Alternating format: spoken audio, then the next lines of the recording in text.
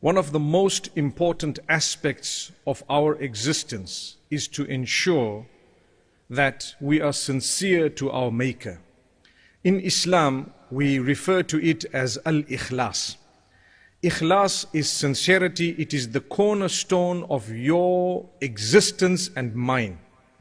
The reason is, when we are sincere, sincerity commences with the relationship between you and your Maker. You and I need to think and ponder over on a regular basis who we actually are. In Islam, we are taught to ponder.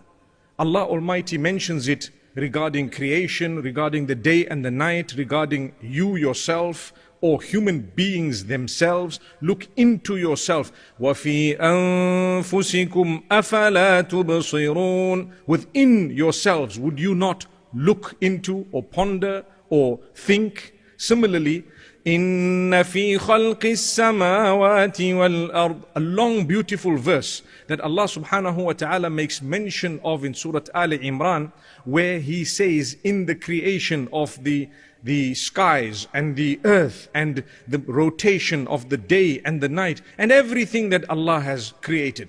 In another verse in Surah Al-Baqarah, Allah speaks about the ship that moves and the way the water is carrying that particular ship and so on.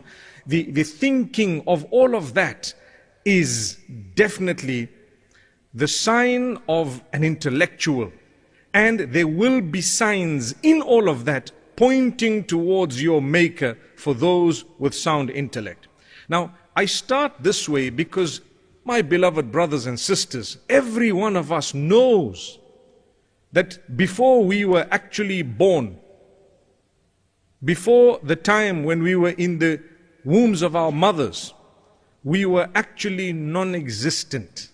It required the fusion of gametes, it required the embryo, the fetus, etc., which was a fusion of two items.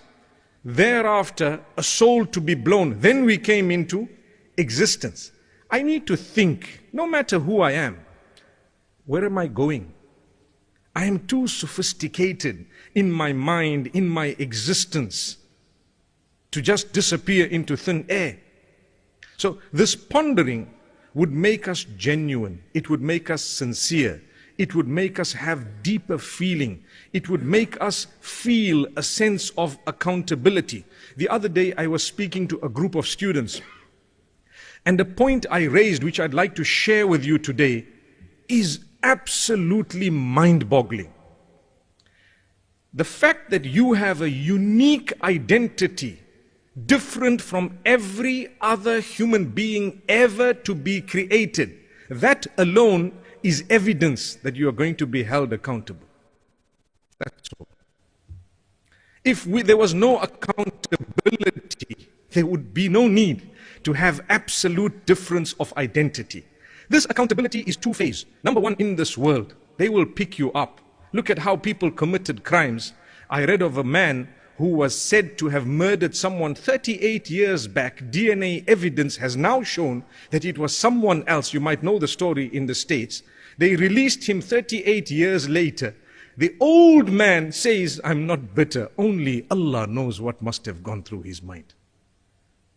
What came to his rescue? Wallahi, the mercy of Allah, having created you and I, totally unique. Amazing.